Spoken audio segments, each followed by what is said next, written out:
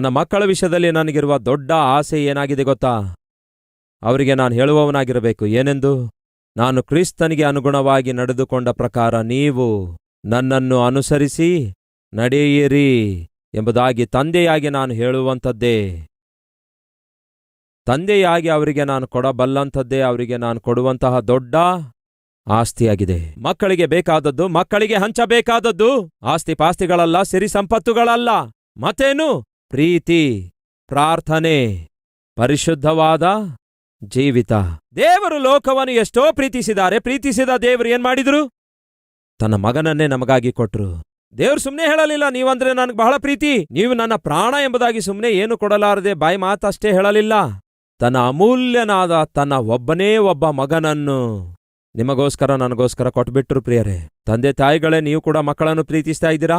ಹಾಗಾದ್ರೆ ಕೊಡಿರಿ, ಆತ್ಮೀಕತೆಯನ್ನು ಕೊಡಿರಿ, ಮಾದರಿಕರವಾದ ಜೀವಿತವನ್ನು ಕೊಡಿರಿ, ಪ್ರೀತಿಯಿಂದ ಕೂಡಿರುವಂತಹ ವಾತಾವರಣವನ್ನು ಕೊಡಿರಿ, ಸಮಾಧಾನಕರವಾದ ಕುಟುಂಬ ವ್ಯವಸ್ಥೆಯನ್ನು ಅವರಿಗೆ ಕೊಡಿರಿ. ಗಂಡ ಹೆಂಡತಿಯಾಗಿ ನಿಮ್ಮ ಮಧ್ಯದಲ್ಲಿ ಐಕ್ಯತೆಯಿಂದ ಕೂಡಿರುವಂತಹ ಸಂತೋಷಭರಿತವಾದ ಕುಟುಂಬ ವ್ಯವಸ್ಥೆಯನ್ನು ಅವರಿಗೆ ಕೊಡಿರಿ. ಯಾವಾಗ ನೋಡಿದ್ರು ನೀವು ಪರಸ್ಪರ ಜಗಳವಾಡುತ್ತಾ ಇದ್ರೆ, ಯಾವಾಗ ನೋಡಿದ್ರು ನೀವು ಕಿರ್ಚಾಡುತ್ತಾ ಕೂಗಾಡುತ್ತಾ ಇದ್ರೆ, ನಿಮ್ಗೆ ಗೊತ್ತಾಗಲಾರದ ಹಾಗೆಯೇ ನೀವು ಜಗಳವಾಡುತ್ತಾ ನಾಳಿನ ದಿನ ನಿಮ್ಮ ಮಗಳನ್ನು ಕೂಡ ಜಗಳ ಆಡುವ ರೀತಿಯಲ್ಲಿ ತಯಾರು ಮಾಡುತ್ತಾ ಇದ್ದೀರಿ. ಗಂಡನಾಗಿ ಪದೇ ಪದೇ ಹೆಂಡತಿಗೆ ಹೊಡೆಯಲು ಹೋಗಿ ಜಗಳವಾಡುತ್ತಾ ಕೈಯೆತ್ತುತ್ತಾ ಇರುವುದಾದ್ರೆ ನೀವು ಟ್ರೈನಿಂಗ್ ಕೊಡ್ತಾ ಇದ್ದೀರಿ ನಿಮ್ಮ ಮಗನಿಗೆ. ನಾಳಿನ ದಿನ ಮದುವೆ ಆದ ನಂತರ ನೀನು ಕೂಡ ಹೀಗೆ ಮಾಡಬೇಕು ಮಗನೇ, ನೀನು ಕೂಡ ಹೀಗೆ ಕಿರ್ಚಿ ಕೂಗಾಡಬೇಕು, ಹಾಗೆಯೇ ಹೆಂಡತಿಗೆ ಹೊಡೆಯಬೇಕು ಎಂದು ಹೀಗೆ ಏನ್ ಕಲಿಸ್ತಾ ಇದ್ದೀರಿ ಮಕ್ಕಳಿಗೆ? ಒಬ್ಬ ದುರ್ಮಾರ್ಗಿಯಾದ ವ್ಯಕ್ತಿಯಾಗಿ ಹೇಗಿರಬೇಕೆಂದು ಕಲಿಸುತ್ತಾ ಇದ್ದೀರಿ. ಒಬ್ಬ ಜಗಳಗಂಟಿಯಾಗಿ ಹೇಗಿರಬೇಕೆಂದು ಮಗಳಿಗೆ ಕಲಿಸುತ್ತಾ ಇದ್ದೀರಿ. ಅವ್ರೇನೆಲ್ಲ ನೋಡ್ತಾರೋ ನಾಳಿನ ದಿನ ಅದನ್ನೇ ಮಾಡುತ್ತಾರೆ. ಅದಕ್ಕೆ ನಾಳಿನ ದಿನ ಮದುವೆಯಾದ 3 ತಿಂಗಳಿಗೆ ಗಂಟು ಮೂಟೆ ಕಟ್ಕೊಂಡು ಮನೆಗೆ ಬಂದ್ಬಿಡ್ತಾರೆ. ಇಂತಹ ಜೀವಿತ ನಿಮ್ಮ ಮಕ್ಕಳು ಜೀವಿಸಬೇಕೆಂದು ಆಶಿಸುತ್ತಾ ಇದ್ದೀರಾ? ಹಾಗಾದ್ರೆ ಒಂದು ದಂಪತಿಗಳವರು ಕೊಟ್ಟ ಸಾಕ್ಷಿ ಏನೆಂದ್ರೆ, ಅವರ ಮಧ್ಯದಲ್ಲಿ ಜಗಳಗಳಿದುವು, ಅವರ ಮಧ್ಯದಲ್ಲಿ ಮನಸ್ತಾಪಗಳಿದುವು. ಅದು ಅವರ ಮಕ್ಕಳ ಭವಿಷ್ಯವನ್ನೇ ಹಾಳು ಮಾಡಿತು. ಅವ್ರು ಕೊಟ್ಟ ಸಾಕ್ಷಿ ಕೇಳಿದ್ರೆ ಈ ದಿನ ಅನೇಕ ಕುಟುಂಬಗಳು ಅದೇ ರೀತಿಯಾಗಿವೆ ಅನಿಸುತ್ತೆ. ದಯವಿಟ್ಟು ಕೇಳಿ. ತಂದೆಯಾಗಿ ಮಕ್ಕಳ ಭವಿಷ್ಯ ನಾಶ ಮಾಡುತ್ತಾ ಇದ್ದ. ಪ್ರಶಾಂತವಾದ ವಾತಾವರಣ ಮಕ್ಕಳಿಗಿಲ್ಲದಂತೆ ಮಾಡುವ ಗಂಡ ಹೆಂಡತಿಯರು, ತಂದೆ ತಾಯಿಗಳು ಮಕ್ಕಳ ಬಂಗಾರದ ಭವಿಷ್ಯ ಬೀದಿ ಪಾಲು ಮಾಡುವಂಥವರಾಗಿದ್ದೀರಿ. ಇದೇ ವಾಸ್ತವ. ಅವ್ರು ಕೊಟ್ಟ ಸಾಕ್ಷಿ ಏನ್ ಗೊತ್ತಾ? ಕನಿಷ್ಠ ಗಂಡ ಹೆಂಡತಿಯಾಗಿ ಊಟ ಮಾಡುವಾಗಲೂ ಕೂಡ ಚೆನ್ನಾಗಿರ್ತಾ ಇರಲಿಲ್ಲ ಪ್ರಿಯರೇ. ಅಯ್ಯೋ, ಮಕ್ಕಳು ಊಟ ಮಾಡ್ತಿದ್ದಾರಲ್ಲವೇ, ಹೊಟ್ಟೆ ತುಂಬ ಊಟ ಮಾಡಲಿ ಎಂಬ ಧ್ಯಾಸ ಕೂಡ ಅವರಿಗೆ ಇರ್ತಾ ಇರಲಿಲ್ಲ. ಕೆಲವೊಮ್ಮೆ ಗಂಡ ಊಟ ಮಾಡುವಾಗಲೇ ಹೆಂಡತಿ ಜಗಳ ಶುರು ಮಾಡಿಕೊಳ್ತಿದ್ದಳಂತೆ. ಗಂಡ ಊಟ ಮಾಡುವಾಗಲೇ ಶುರು ಮಾಡ್ಕೊಳ್ತಾಳೆ ಅಲ್ಲ ಜಗಳ. ಪಾಪ 4 ತುತ್ತು ಊಟ ಮಾಡೋಣ ಎಂದು ಕೂತ್ಕೊಳ್ತಾನಂತೆ. ಅವಳ ಮಾತು ಕೇಳಿಸಿಕೊಳ್ಳಲಿಕ್ಕಾಗದೆ ಅರ್ಧದಲ್ಲಿಯೇ ಎದ್ದು ಹೋಗ್ತಿದ್ದನಂತೆ. ಎಷ್ಟು ದೌರ್ಭಾಗ್ಯತನ ನೋಡಿ. ಹೊಟ್ಟೆ ತುಂಬ ಊಟ ಮಾಡ್ಲಿಕ್ಕೂ ಬಿಡಲಾರ್ದ ದುಸ್ಥಿತಿ ಗಂಡನಿಗಾಗಿರ್ಬೋದು, ಹೆಂಡತಿಗಾಗಿರ್ಬೋದು, ಇಲ್ಲವೇ ಮಕ್ಕಳಿಗೂ ಕೂಡ ಆಗಿರ್ಬೋದು. ಹೊಟ್ಟೆ ತುಂಬ ಊಟ ಮಾಡಲು ಕೂಡ ಬಿಡದೆ ಮನೆಯಲ್ಲಿ ಈ ರೀತಿಯಾಗಿ ಜಗಳಗಳನ್ನು, ಕಲಹಗಳನ್ನು ಹುಟ್ಟಿಸುವಂತಹ ಕುಟುಂಬಗಳ ವಿಷಯದಲ್ಲಿ ಕೇಳ್ತಿದ್ದೇನೆ. ನಿಜವಾಗ್ಲೂ ಈ ಕುಟುಂಬಗಳು ದೇವರು ಆರಿಸಿಕೊಂಡ ಕುಟುಂಬಗಳಾಗಿವೆಯಾ? ಈ ದಿನ ಈ ಸಂದೇಶ ಕೇಳಿಸಿಕೊಳ್ಳುವ ಪ್ರತಿ ಗಂಡನಿಗೆ, ಪ್ರತಿ ಹೆಂಡತಿಗೆ ನಾನು ಕೇಳುತ್ತಾ ಇದ್ದೇನೆ, ನಿಮ್ಮ ಕುಟುಂಬದಲ್ಲಿ ಶಾಂತಿ ಸಮಾಧಾನ ಇದೆಯಾ? ಪ್ರಶಾಂತತೆ ಇದೆಯಾ? ಪ್ರಾರ್ಥನೆ ಇದೆಯಾ? ಪ್ರೀತಿ ಇದೆಯಾ? ಪರಿಶುದ್ಧತೆ ಇದೆಯಾ? ಹಾಗಿಲ್ಲದ ಪಕ್ಷದಲ್ಲಿ ನಿಮ್ಮ ಮಕ್ಕಳಲ್ಲಿ ಪ್ರೀತಿಯನ್ನು, ಪ್ರಾರ್ಥನೆಯನ್ನು, ಪರಿಶುದ್ಧತೆಯನ್ನು, ಪ್ರಶಾಂತತೆಯನ್ನು ನೀವು ನೋಡಲು ಸಾಧ್ಯವಿರಲ್ಲ. ನಮ್ಮ ಮಕ್ಕಳು ಹೇಗಿರಬೇಕೆಂದು ನೀವು ಆಶಿಸುತ್ತಾ ಇದ್ದೀರೋ ಹಾಗೆ ಮೊದಲು ನೀವು ಜೀವಿಸಿ.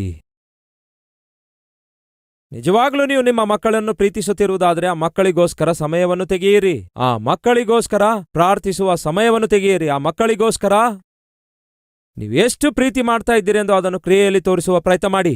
ಒಂದು ದಿನ ಒಬ್ಬ ಸಹೋದರಿ ನನ್ನ ಬಳಿಗೆ ಬಂದು ಹೇಳ್ತಾಳೆ, ಅಣ್ಣ, ನಾನೊಂದು ಸಮಸ್ಯೆ ಹಾದೋಗ್ತಾ ಇದ್ದೇನೆ. ಊರ್ ಜನ ಎಲ್ಲ ಒಂದು ರೀತಿಯಾಗಿ ಮಾತಾಡ್ಕೊಳ್ತಿದ್ದಾರೆ. ಕೆಲವರು ಟೀಕಿಸ್ತಾರೆ, ಕೆಲವರು ಬೈತಾರೆ. ನಾನು ಮಾಡಿದ್ದು ಸರಿಯೋ ತಪ್ಪೋ ಗೊತ್ತಿಲ್ಲ ಅಣ್ಣ, ನೀವೇನಾದರೂ ಸಲಹೆ ಕೊಡ್ತೀರಿ ಎಂದು ಬಂದಿದ್ದೇನಣ್ಣ ಅಂದಾಗ, ಏನಮ್ಮ ನಿನ್ನ ಸಮಸ್ಯೆ ಎಂದು ಕೇಳಿದೆ. ದೇವ್ರು ನನ್ನನ್ನು, ನನ್ನ ಗಂಡನನ್ನು ಕನಿಕರಿಸಿ ಮುದ್ದಾದ ಮಗುವನ್ನು ಕೊಟ್ಟಿದ್ದಾರಣ. ಅದು ದೇವ್ರು ಕೊಟ್ಟ ಬಹುಮಾನ ಅಣ್ಣ. ದೇವ್ರು ಕೊಟ್ಟ ಆ ಬಹುಮಾನವನ್ನು ಬಹುಮಾನವೆಂದೇ ನಾನು ಸ್ವೀಕರಿಸಿ ನನ್ನ ಮಗನಿಗೆ ಅದ್ಭುತವಾದ ಆತ್ಮಿಕನಾಗಿ ಬೆಳೆಸಬೇಕೆಂದು ನಾನು ತೀರ್ಮಾನ ತೆಗೆದುಕೊಂಡಿದ್ದೇನಣ್ಣ. ಆ ರೀತಿ ಬೆಳೆಸಬೇಕೆಂದು ಆಶಿಸಿ ನಾನು ಕೆಲಸದವಳಿಗೆ ನನ್ನ ಮಗನನ್ನು ಒಪ್ಪಿಸಿ ಉದ್ಯೋಗ ಮಾಡಲು ಹೋಗುವುದಾದರೆ ಹೆಚ್ಚು ಸಮಯ ನಮ್ಮ ಮನೆ ಕೆಲಸ ಮಾಡುವ ಹೆಣ್ಮಗಳೊಂದಿಗೆ ನನ್ನ ಮಗ ಇರ್ತಾ ಇದ್ದಾನಣ್ಣ. ಅವಳು ಮಾತಾಡುವ ಭಾಷೆಯೇ ನಮ್ಮ ಮಗನಿಗೆ ಬರ್ತಾ ಇವೆ ಅಣ್ಣ. ಬೆಳಗ್ಗೆ ಒಂದು ಅರ್ಧ ಗಂಟೆ 1 ಗಂಟೆ ಮಗುವಿನ ಜೊತೆ ಇರ್ತಾ ಇದ್ದೇನೆ, ಮತ್ತೆ ಸಾಯಂಕಾಲ ಆದ ಕೂಡಲೇ ಆಯಾಸಗೊಂಡು ಬರ್ತೇನೆ, ಅಡಿಗೆ ಮಾಡೋಷ್ಟೊತ್ತಿಗೆ ತಡ ಆಗುತ್ತೆ, ನಂತರ 10-15 ನಿಮಿಷ ಮಾತ್ರ ಮಗನೊಂದಿಗೆ ಸಮಯ ಕಳೆಯುತ್ತೇನೆ. ದಿನದಲ್ಲಿ 8ರಿಂದ 10 ಗಂಟೆ ನಮ್ಮ ಮಗನನ್ನು ಮನೆ ಕೆಲಸದವಳೇ ನೋಡ್ಕೊಳ್ತಿದ್ದಾಳೆ. ವಾಸ್ತವದಲ್ಲಿ ನಮ್ಮ ಮಗನು ನಮ್ಮ ಮಗನಂತಿಲ್ಲಣ. ನಿಜವಾಗ್ಲೂ ಹೇಳಬೇಕಾದ್ರೆ ನನ್ನ ಮಗನಿಗೆ ನನ್ನ ಆತ್ಮಿಕತೆ ಬರಬೇಕಣ, ನಾನು ಮಗನನ್ನು ಬೆಳೆಸಬೇಕಣ, ನನ್ನ ಪದ್ಧತಿಗಳು ಬರಬೇಕಣ.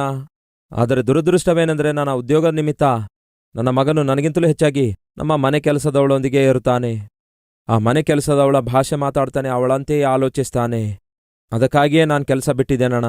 ನನ್ನ ಮಗನಿಗೆ ಒಬ್ಬ ಒಳ್ಳೆ ತಾಯಿ ಬೇಕು, ಪ್ರೀತಿಸುವ ತಾಯಿ ಬೇಕು, ಪ್ರಾರ್ಥಿಸುವ ತಾಯಿ ಬೇಕು, ಪರಿಶುದ್ಧನಾಗಿ ಬೆಳೆಸುವ ತಾಯಿ ಬೇಕು ಎಂಬ ಉದ್ದೇಶದಿಂದ ನಾನು ಉದ್ಯೋಗ ಬಿಟ್ಟು ಮನೆ ಕೆಲಸದವಳಿಗೆ ಕೆಲಸ ಬಿಡಿಸಿ ಈಗ ನನ್ನ ಮಗನೊಂದಿಗೆ ಹೆಚ್ಚು ಸಮಯ ಕಳೆಯುತ್ತಿದ್ದೇನಣ್ಣ. ಹಾಗೆ ಉದ್ಯೋಗ ಬಿಟ್ಟಿದ್ದಕ್ಕಾಗಿ ನನ್ನ ಮನೆಯಲ್ಲಿರುವವರೆಲ್ಲರೂ ಬೈತಿದ್ದಾರಣ್ಣ.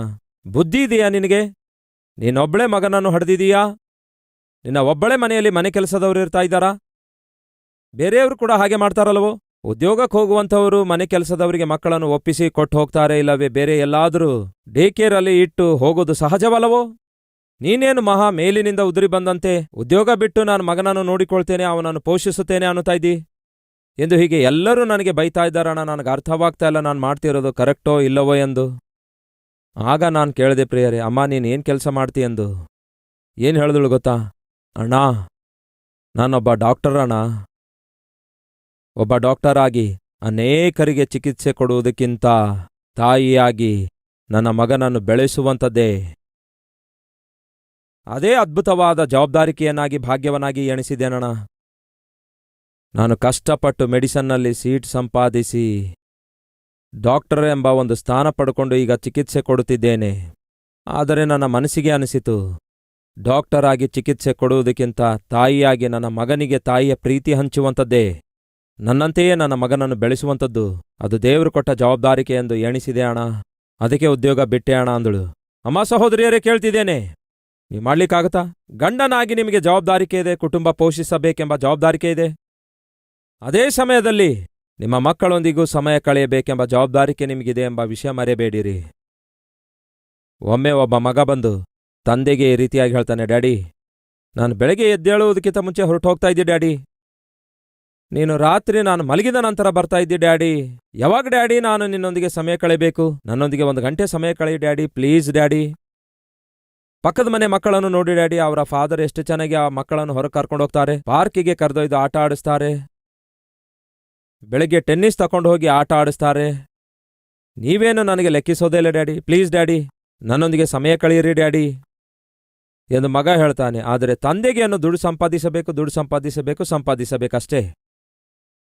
ದುಡ್ಡು ಸಂಪಾದಿಸೋದನ್ನು ಬಿಟ್ಟರೆ ಬೇರೆ ಏನೂ ಕೈಲಾಗಲ್ಲ ತಂದೆಗೆ.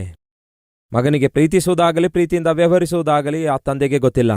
ಹೆಂಡತಿ ಬಂದು ಕೇಳ್ತಾಳೆ, ಏನ್ರಿ, ಹೇಗೋ ನೀವು ನನ್ನೊಂದಿಗೆ ಸಮಯ ಕಳೀತಲ್ಲ, ಅದು ನನಗೆ ರೂಢಿಯಾಗ್ಬಿಟ್ಟಿದೆ. ಆದರೆ ಪಾಪ ಚಿಕ್ಕ ಮಗುರಿ, ಅವನಿಗೆ ತಂದೆ ಪ್ರೀತಿ ಬೇಕು, ದಯವಿಟ್ಟು ಅವನೊಂದಿಗಾದರೂ ಸ್ವಲ್ಪ ಸಮಯ ಕಳೆಯಿರಿ ಎಂದು ಹೇಳಿದ್ರೆ, ನಾನೇನ್ ಮಾಡ್ತಾ ಇದ್ದೇನೆ? ನಾನೇನಾದ್ರೂ ಖಾಲಿ ತಿರ್ಗಾಡ್ತಾ ಇದ್ದೇನಾ? ಸೋಮಾರಿ ಕತ್ತೆಯಂತೆ ತಿರ್ಗಾಡ್ತಿದ್ದೇನಾ? ನೀವು ಚೆನ್ನಾಗಿರಬೇಕು, ಸುಖವಾಗಿರ್ಬೇಕಂದ್ಕೊಂಡೆ ರಾತ್ರಿ ಹಗಲು ಕಷ್ಟಪಟ್ಟು ನಾನು ದುಡಿತಾ ಇರೋದು. ನೀನ್ ಕೂಡ ಅರ್ಥ ಮಾಡಿಕೊಳ್ಳಲ್ವಲ್ಲ? ನಿನ್ನೊಂದಿಗಾಗಲಿ ಮಗನೊಂದಿಗಾಗಲಿ ಸಮಯ ಕಳೆದ್ರೆ ಸಂಪಾದನೆ ಯಾರು ಮಾಡಬೇಕು?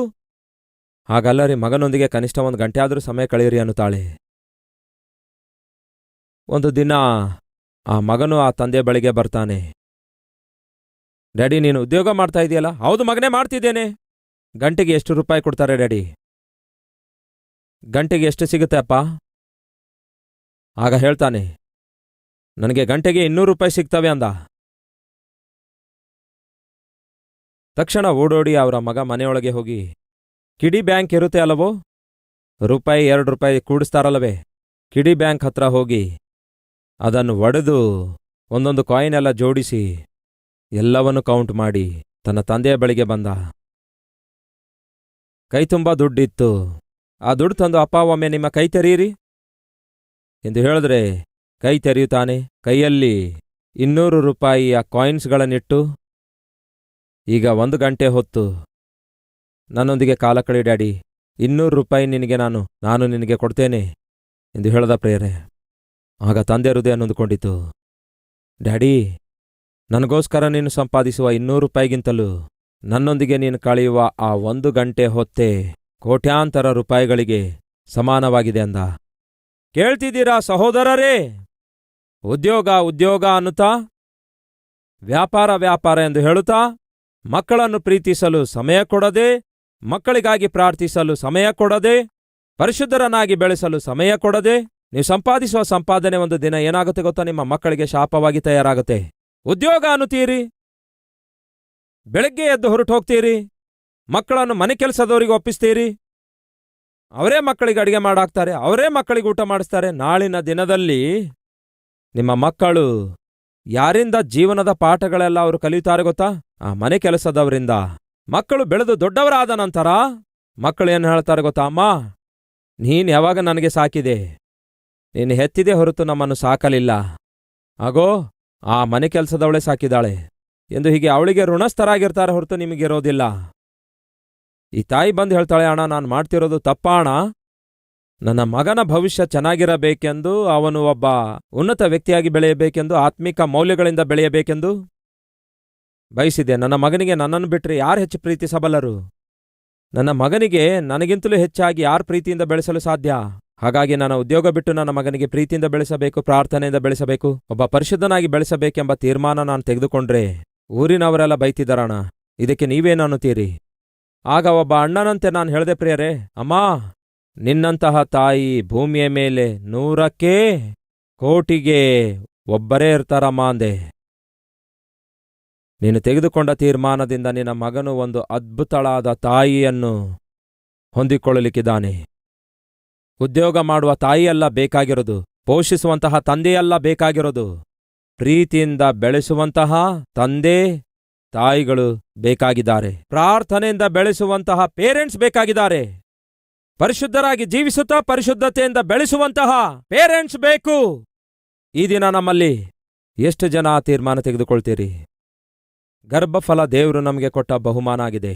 ನಮ್ಮ ಮಕ್ಕಳು ನಾಳಿನ ದಿನ ನಾವು ಹೆಮ್ಮೆ ಪಡುವ ಹಾಗೆ ಅವರು ಜೀವಿಸಬೇಕಾದರೆ ಮೊದಲು ಅವರು ಹೆಮ್ಮೆ ಪಡುವ ಹಾಗೆ ನಾವು ಜೀವಿಸಬೇಕು. ಇದನ್ನು ಒಪ್ಪಿಕೊಳ್ತೀರಾ?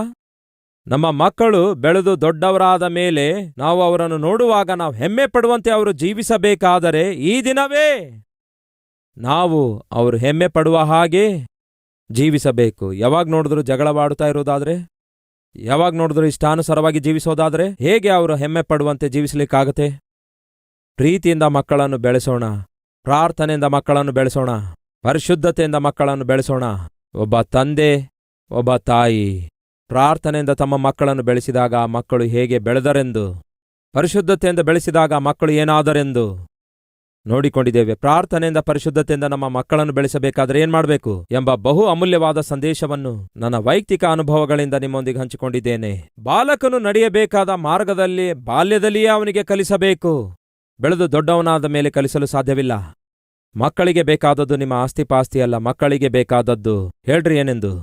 ಆತ್ಮಿಕತೆ. ಈ ದಿನ ಒಂದು ತೀರ್ಮಾನ ತೆಗೆದುಕೊಳ್ಳೋಣ. ಆತ್ಮಿಕತೆಯಲ್ಲಿ ನಮ್ಮ ಮಕ್ಕಳನ್ನು ಬೆಳೆಸುವ ಪ್ರಯತ್ನ ಮಾಡೋಣ.